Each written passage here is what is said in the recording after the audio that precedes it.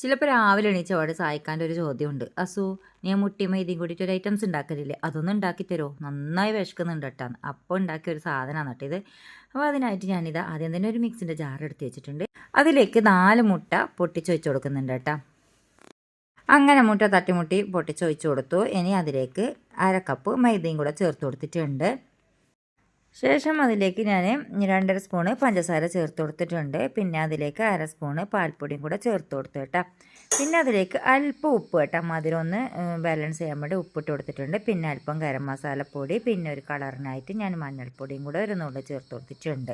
പിന്നെ ചേർത്ത് കൊടുത്തത് 1/4 കപ്പ് പാലാണ് കേട്ടോ. ഇതിലൊരു തുള്ളി വെള്ളം പോലും ചേർക്കുന്നില്ല കേട്ടോ. ഇനി ഇത് നമുക്ക് നന്നായി തന്നെ മിക്സിയിൽ അടിച്ചെടുത്തിട്ട് വരാം.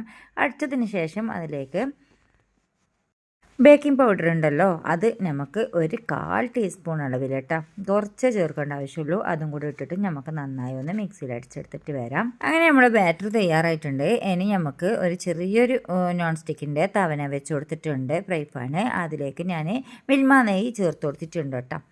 കുറച്ച് മിൽമ നെയ്യ് കൂടെ ചേർത്തതിന് ശേഷം നല്ലോണം ചൂടായതിന് ശേഷം ആവശ്യത്തിന് മാവ് നമുക്ക് ഇതിലേക്ക് ഒഴിച്ചു കൊടുക്കാം. ഞാൻ ഇവിടെ 3 പാൻ കേക്കാണ് കേട്ടോ ആക്കിയത്.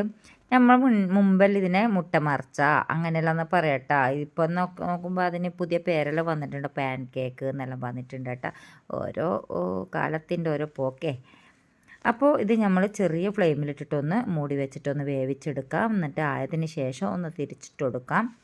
മൂടി തുറന്നതിന് ശേഷം നമുക്ക് അതിൻ്റെ മേലെ കുറച്ച് മിൽമ നെയ്യും കൂടെ തൂവി കൊടുക്കാം കേട്ടോ. എന്നിട്ട് ഒന്ന് തിരിച്ചിട്ട് കൊടുക്കാം. അങ്ങനെ ഞാനിത് നമ്മുടെ പാൻ കേക്ക് ഇവിടെ തിരിച്ചിട്ട് കൊടുക്കുന്നുണ്ട്. തിരിച്ചിട്ടതിന് ശേഷം നമുക്ക് അടിയിലത്തെ ഭാഗം കൂടെ വേവിച്ചെടുക്കാം. എന്നിട്ട് ബാക്കി ഇതുപോലെ തന്നെ നമുക്ക് ചെയ്തെടുക്കാം കേട്ടോ.